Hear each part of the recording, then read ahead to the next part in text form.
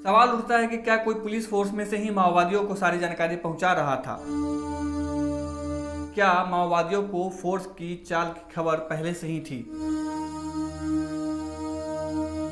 या ऑपरेशन सफल होने के बाद में इनाम और नाम अकेले पाने की होड़ में सैकड़ों जवानों के साथ खिलवाड़ किया गया? नमस्कार, आप देख रहे हैं टाइम एट कैपिटल और मैं हूं आपके साथ में आदित्य कुमार। एक रिटायर्ड पुलिस अधिकारी ने छत्तीसगढ़ के पूर्व मुख्यमंत्री डॉक्टर रमन सिंह को एक सलाह दिया था कि बस्तर से माओवादियों का सफाया कैसे किया जाए। इस पर पूरा का पूरा उन्होंने रिपोर्ट दिया था। ये बात थी साल 2010 के आसपास की, जिस पर डॉक्टर रमन सिंह ने कहा था कि सर, आप अपनी सैलरी लीजिए और बस्तर को अपने हाल पर छोड़ दीजिए। देश में एक राज्य है जिसका नाम है छत्तीसगढ़, जहां से शनिवार को देश को झकझोर देने वाली खबर आई थी। खबर थी कि 22 सुरक्षा बल वीर गति को प्राप्त हो गए हैं।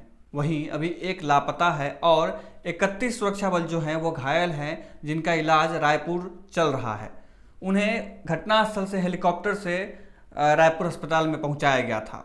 छत्तीसगढ़ के बीजापुर में शनिवार को सुरक्षा बलों और माओवादियों के बीच में मुठभेड़ हुई थी, जिसमें डीआरजी के 8 जवान, एसटीएफ के 6 जवान, कोबरा बटालियन के 9 और बस्तर बटालियन के 1 जवान शहीद हो गया। सबसे पहले यह समझते हैं कि आखिर इतनी बड़ी घटना माओवादियों ने अंजाम कैसे दिया। क्या सभी जवान नौसिखिए थे? आखिर इतनी बड़ी साजिश का शिकार सुरक्षा बल कैसे हो गए? जवान आखिर उस माओवादियों के मांद में कैसे पहुंचे? आखिर वहां करने क्या गए थे? इससे पहले इस तरह की कोई कार्रवाई तो वहां नहीं हुई थी। तो इस बार क्या थी बात की आखिर उनको वहां पर भेजा गया था? सबसे पहले समझते हैं कि घटना हुई कहां है। छत्तीसगढ़ के दक्षिण इलाके में एक जिला है बीजापुर। यह घटना वहीं हुई है। बीजापुर के तर्रेम क्षेत्र के सिलगेर के जंगल में जोनागुड़ा के पास में सीआरपीएफ की कोबरा, बस्तर बटालियन, डीआरजी और एसटीएफ के करीब 2000 जवान पिछले 2 दिनों से यानी शुक्रवार और शनिवार को ऑपरेशन चला रहे थे। शनिवार को सुबह फोर्स को सूचना मिली कि जोनागुड़ा के पास में नक्सलियों का जमावड़ा है। पहले भी यहां सैटेलाइट तस्वीरों में कुछ हलचल दिखाई दे रही थी। जोनागुड़ा का एक इलाका गुरिल्ला वार जोन के अंतर्गत आता है। गुरिल्ला वार अर्थात छिप करके हमला करना, जिसमें सामने वाला दुश्मन जो है उसे दिखाई नहीं देता है। यहाँ पर कभी भी एक साथ फोर्स नहीं जाती है, यहाँ पर छोटी छोटी टुकड़ियों में जाती है। लेकिन सभी फोर्स को इनपुट मिल रहे थे कि नक्सल यहाँ है, लिहाजा एक के बाद एक फोर्स की टुकड़ियां यहां पहुंचती रही।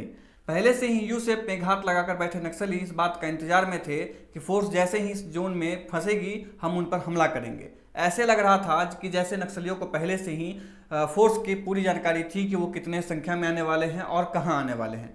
यह मुठभेड़ जो है करीब 5 घंटे चली।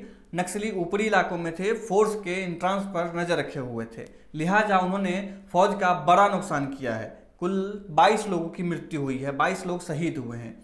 कुछ जवानों ने घटनास्थल के पास के गांव में पोजीशन लेने की कोशिश की थी, लेकिन नक्सलियों ने वहां भी उनका पीछा किया और फायरिंग की, जिसमें वहां पर भी बहुत सारे पुलिस फोर्स जो है शहीद हुए। इन सब के बीच में प्रश्न उठता है कि क्या माओवादियों को फोर्स की चाल की खबर पहले से ही थी? क्योंकि घटना जैसे हुई है इससे तो यही पता लग रहा है कि उनको पहले से ही जानकारी थी कि कितनी संख्या में फोर्स आ रही है, किस तरफ से फोर्स आ रही है और फोर्स का पोजीशन क्या है। सवाल उठता है कि क्या कोई पुलिस फोर्स में से ही माओवादियों को सारी जानकारी पहुंचा रहा था? छत्तीसगढ़ में माओवादियों के गढ़ में घुसने से पहले क्या इंटेलिजेंस से मदद नहीं ली गई थी? या ऑपरेशन सफल होने के बाद में इनाम और नाम अकेले पाने की होड़ में सैकड़ों जवानों के साथ खिलवाड़ किया गया? सवाल तो कई सारे हैं जिनका जवाब पिछले 50 सालों से नहीं मिल पाया है। आप देख रहे थे टाइम एट कैपिटल के लिए आदित्य कुमार की रिपोर्ट।